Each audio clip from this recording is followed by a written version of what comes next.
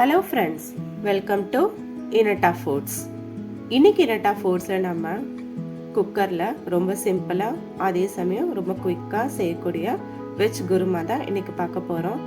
இது chapati, parotta, dosa, idli, variety rice இது எல்லாத்துக்குமே ஒரு சூப்பரான காம்பினேஷனாக இருக்கும். இந்த ரெசிபி நம்ம குயிக்காக ரொம்ப ஃபாஸ்ட்டாக செஞ்சு முடிச்சிடலாம்.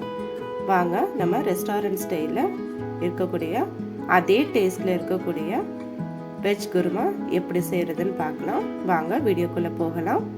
ஒரு குக்கர் எடுத்துக்கோங்க. அதில் 3 டேபிள் ஸ்பூன் எண்ணெய் விட்டுக்கலாம். நம்ம விட்டுருக்க எண்ணெய் நல்லா காஞ்சி வரட்டும். 3 டேபிள் ஸ்பூன் அளவுக்கு எண்ணெய் விட்டால் போதும். அதிக எண்ணெய் நம்ம ரெசிபிக்கு தேவைப்படாது.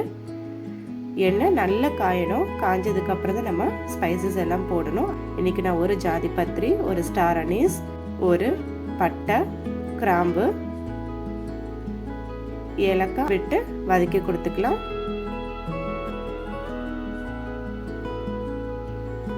நம்ம விட்டுருக்க ஸ்பைசஸ் எல்லாம் நல்லா பொரிஞ்சு வரட்டும்.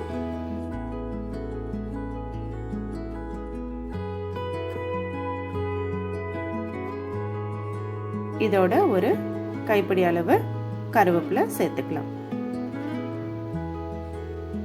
அடுப்பு ஸ்லோ ஃப்ளேம்லேயே இருக்கட்டும், ஹை ஃப்ளேமில் வைக்க வேண்டாம். நல்லா வதக்கி கொடுத்துக்கலாம். 2 பச்சை மிளகாய் சேர்த்துக்கலாம். நான் நடுவில் கீரை விட்டு சேர்த்துக்கிறேன். உங்களுக்கு காரம் அதிகம் தேவைப்படல அப்படின்னா ஒரு பச்சை மிளகாய் சேர்த்துக்கோங்க. அந்த 2 பச்சை மிளகாவே போதுமான காரம் கொடுக்கும். இப்போ நம்ம விட்டுருக்க பச்சை மிளகாய் வதங்கிடுச்சு. இப்போ 1 டேபிள் ஸ்பூன் இஞ்சி பூண்டு பேஸ்ட்டு சேர்த்துக்கலாம். இஞ்சி பூண்டு பேஸ்ட்டோட பச்சை வாசம் போகிற அளவுக்கு எண்ணெயில் வதக்கி கொடுத்துக்கலாம். நம்ம இஞ்சி பூண்டு பேஸ்ட்டு எண்ணெயில் வதக்கி கொடுக்கும் போது அதோட ஃப்ளேவர் எல்லாமே எண்ணெயில் இறங்கி நம்மளோட வெஜ் குருமா பார்த்திங்கன்னா சாப்பிடும்போது அந்த ஃப்ளேவர் தூக்கி கொடுக்கும். நல்ல ஒரு டேஸ்ட்டோடு இருக்கும். அதுக்காக தான் நம்ம இஞ்சி பூண்டு பேஸ்ட்டு எண்ணெயில் வதக்கிக்கணும். பச்சை வாசம் போகிற அளவுக்கு வதக்கி கொடுத்துக்கோங்க. அடுப்பு மிதமான தீயிலே இருக்கட்டும், ஹை ஃப்ளேமில் வச்சிட வேண்டாம். வதங்கட்டும்.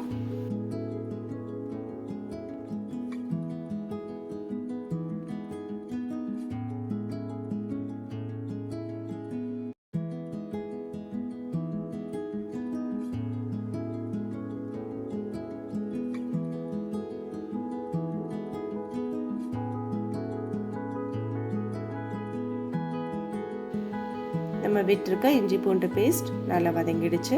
இப்போது ஒரு மீடியம் சைஸ் வெங்காயத்தை நீல வாக்கில் கட் பண்ணி போட்டுக்கலாம். போட்டு அதையும் எண்ணெயிலே வதக்கி கொடுத்துக்கலாம். வதக்கும் போது அடுப்பை லோ ஃப்ளேம்லேயே வச்சு செய்யுங்க, ஹை ஃப்ளேமில் வச்சிட வேண்டாம். நம்ம விட்டுருக்க வெங்காயம் லைட் பிங்கிஷ் கலரில் மாறினா போதும். அந்த அளவுக்கு வதங்கினா போதும். ரொம்ப நேரம் வதக்கி விட தேவை கிடையாது. இப்போ இந்த விட்டுருக்க வெங்காயத்தோடு நம்ம காய்கள் எல்லாம் சேர்த்துக்கலாம். நான் இன்னைக்கு 5 பீன்ஸ், ஒரு கேரட்டு, ஒரு உருளைக்கிழங்கு, பச்சை பட்டாணி 50 கிராம், பன்னீர் 100 கிராம் எடுத்திருக்கேன். நான் அந்த உரிச்ச பட்டாணி தான் சேர்த்துருக்கேன். உங்களுக்கு அது கிடைக்கலன்னா காஞ்ச பட்டாணி சேர்த்துக்கோங்க. அது 8 ஹவர்ஸ் முன்னாடி ஊற வச்சுட்டு ஆட் பண்ணிக்கோங்க. இப்போ நம்ம காய்கள் எல்லாத்தையும் ஒன்று ஒன்றா விட்டுக்கலாம். ஃபஸ்ட்டு பீன்ஸ் விட்டுக்கலாம்.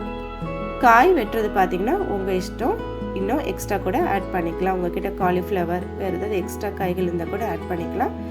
வெஜிடபிள் கட்டுறதும் உங்களுக்கு பிடிச்ச சைஸ்லேயே கட் பண்ணிக்கோங்க.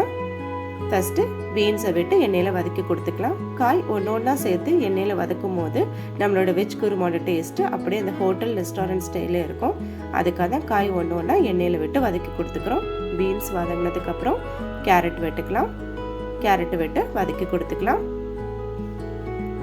நான் இன்னைக்கு இந்த வெஜ் குருமா வைக்கிற அளவு பார்த்தீங்கன்னா 5 பேருக்கு சர்வ் பண்ணக்கூடியது.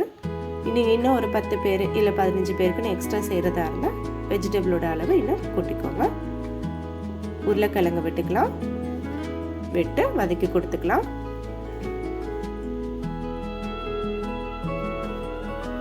லைட்டாக ஒரு நிமிஷம் வதக்கி கொடுத்தா போதும். ரொம்ப நேரம் வதக்கணும்னு தேவையில்லை. காய்கள் எல்லாத்தையும் ஒன்று ஒன்று விட்டு ஒரு நிமிஷம் வதக்கி கொடுத்தா போதும். இப்போ பச்சை பட்டாணி சேர்த்துக்கலாம். சேர்த்து அதையும் எண்ணெயில் வதக்கி கொடுத்துக்கலாம்.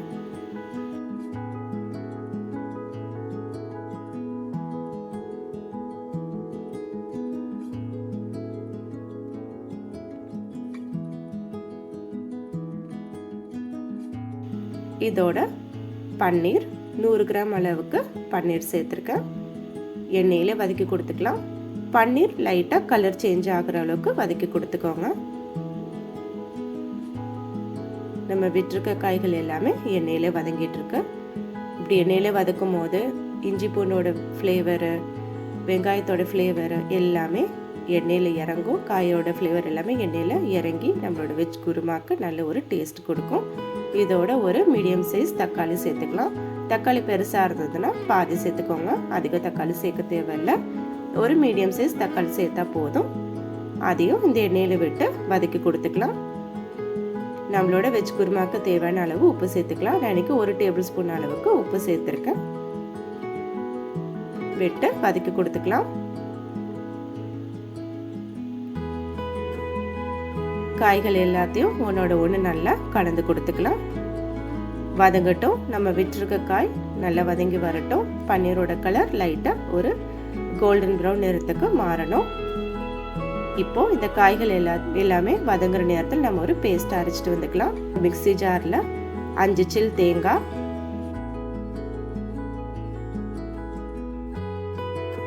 1 டேபிள் ஸ்பூன் சோம்பு,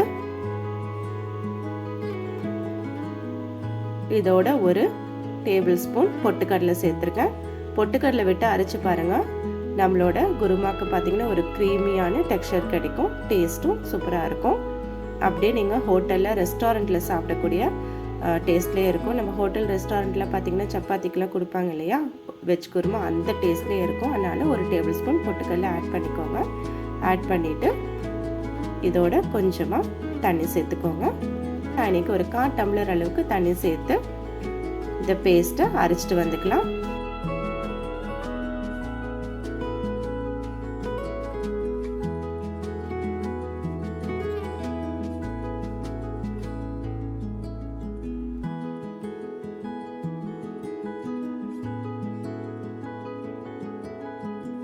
நம்மளோட மசாலா பேஸ்ட்டை அரைச்சிட்டு வந்துக்கலாம்.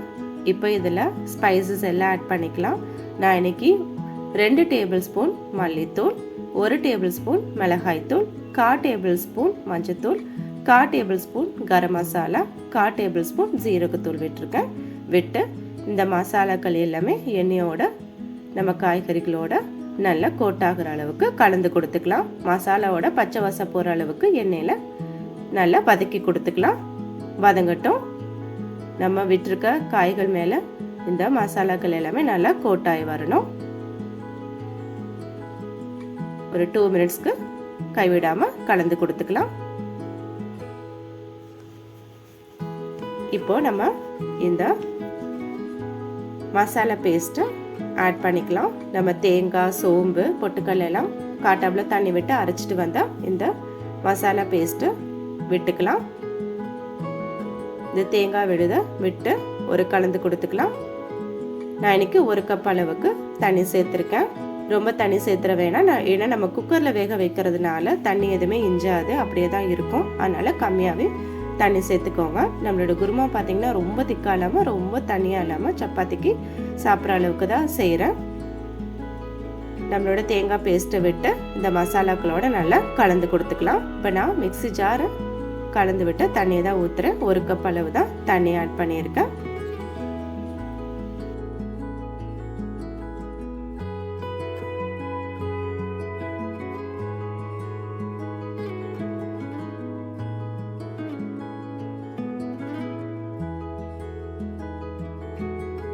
அடுப்பை ஹை ஃப்ளேம்லேயே வச்சு ஒரு கொதி வர விடுங்க. இப்போ எண்ணெயெல்லாம் நகர்த்திட்டு நம்ம உப்பு செக் பண்ணி பார்த்துக்கலாம். உப்பு, காரம் எல்லாமே எனக்கு கரெக்டாக இருக்கு. இப்போ நம்ம ஒரு கலந்து கொடுத்துக்கலாம். கலந்து கொடுத்துட்டு அடுப்பை ஹை ஃப்ளேம்லேயே வச்சுக்கோங்க. ஹை ஃப்ளேம்லேயே வச்சுட்டு குக்கரோட லிட்டை க்ளோஸ் பண்ணிக்கலாம். க்ளோஸ் பண்ணிவிட்டு விசில் விட்டுறலாம். இதுக்கு 2 விசில் விடணும். ஃபஸ்ட்டு விசில் அடுப்பை ஹை ஃப்ளேம்லேயே வச்சுட்டு ஒரு விசில் வரட்டும். அடுத்து அடுப்பை ஸ்லோ ஃப்ளேமில் வச்சு ஒரு 5 மினிட்ஸ்க்கு அப்புறம் செகண்ட் விசில் வந்ததும் ஸ்டவ்வை நம்ம ஆஃப் பண்ணிடலாம். ஆஃப் பண்ணிவிட்டு ஸ்டீமெல்லாம் அடங்கினதுக்கப்புறம் உங்களுக்கு நான் ஓப்பன் பண்ணி காட்டுறேன். இப்போது அடுப்பை ஹை ஃப்ளேம்லேயே இருக்கட்டும். First whistle வந்துடட்டும்.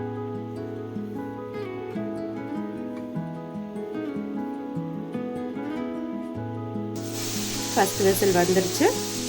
இப்போ அடுப்பை லோ ஃப்ளேமில் வச்சுக்கலாம். வச்சுட்டு ஒரு 5 மினிட்ஸ் வெயிட் பண்ணலாம். செகண்ட் விசில் வந்துடும்.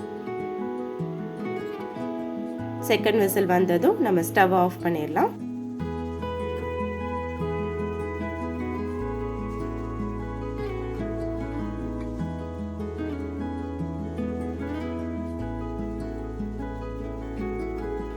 செகண்ட் விசில் வந்துருச்சு. நம்ம இப்போ ஸ்டவ்வை ஆஃப் பண்ணிடலாம். ஆஃப் பண்ணிவிட்டு ஸ்டீம் எல்லாம் அடங்கட்டும். அடங்கினதுக்கப்புறம் நான் உங்களுக்கு குக்கரோட லிட்டை ஓப்பன் பண்ணி காட்டுறேன். ஸ்டீம்லாம் அடங்கிடுச்சு. நான் உங்களுக்கு ஓப்பன் பண்ணி காட்டுறேன். பார்த்தீங்களா, நம்மளோட வெஜ் குருமா ரெடி ஆகிடுச்சு. இப்போ இதோட ஒரு கைப்பிடி அளவு கொத்தமல்லி சேர்த்துக்கலாம். சேர்த்து ஒரு சூட்டோட கலந்து கொடுத்துக்கலாம். பாருங்க, நம்ம ரெஸ்டாரண்ட் ஹோட்டல்லே சாப்பிட்ற மாதிரி அதே கலர் அதே டெக்ஸ்சரோட நம்மளோட வெஜ் குருமா ரெடி ஆகிடுச்சு.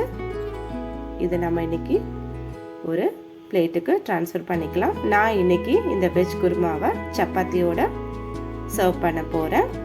இதை நீங்கள் உங்கள் வீட்டில் ட்ரை பண்ணி பாருங்கள். இந்த வெஜ் குருமா பேச்சுலர்ஸ், பிகினர்ஸ் இவங்க எல்லாமே சட்டுன்னு குயிக்காக செய்யக்கூடிய ஒரு ரெசிபி.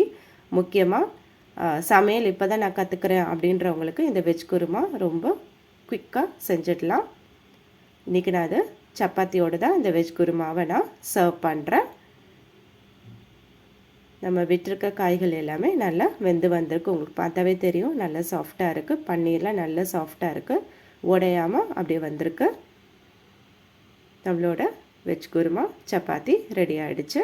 இது நீங்கள் சப்பாத்தி, பரோட்டா, கீ ரைஸ், புலாவ் எல்லாத்துக்கும் ஒரு சூப்பரான காம்பினேஷனாக நீங்கள் சர்வ் பண்ணலாம். உங்களுக்கு இந்த ரெசிபி பிடிச்சிருக்குன்னு நினைக்கிறேன். நீங்களும் இந்த ரெசிபியை வீட்டில் ட்ரை பண்ணி பாருங்கள். ட்ரை பண்ணி பார்த்துட்டு உங்கள் ஃபீட்பேக்கை கமெண்ட் பாக்ஸில் தெரிவிங்க. எங்கள் சேனலை புதுசாக பார்க்குறவங்களா இருந்தால் சப்ஸ்கிரைப் பண்ணிக்கோங்க. சப்ஸ்கிரைப் பண்ணிவிட்டு பக்கத்தில் இருக்க பெல் பட்டனையும் கிளிக் பண்ணிக்கோங்க. அப்போ தான் நான் உடனுக்குடன் போடுற ரெசிபிஸ் எல்லாமே உங்களுக்கு நோட்டிஃபிகேஷனாக வரும். மீண்டும் உங்களை அடுத்த ரெசிபியில் மீட் பண்ணும் வரை பாய், டேக் கேர்.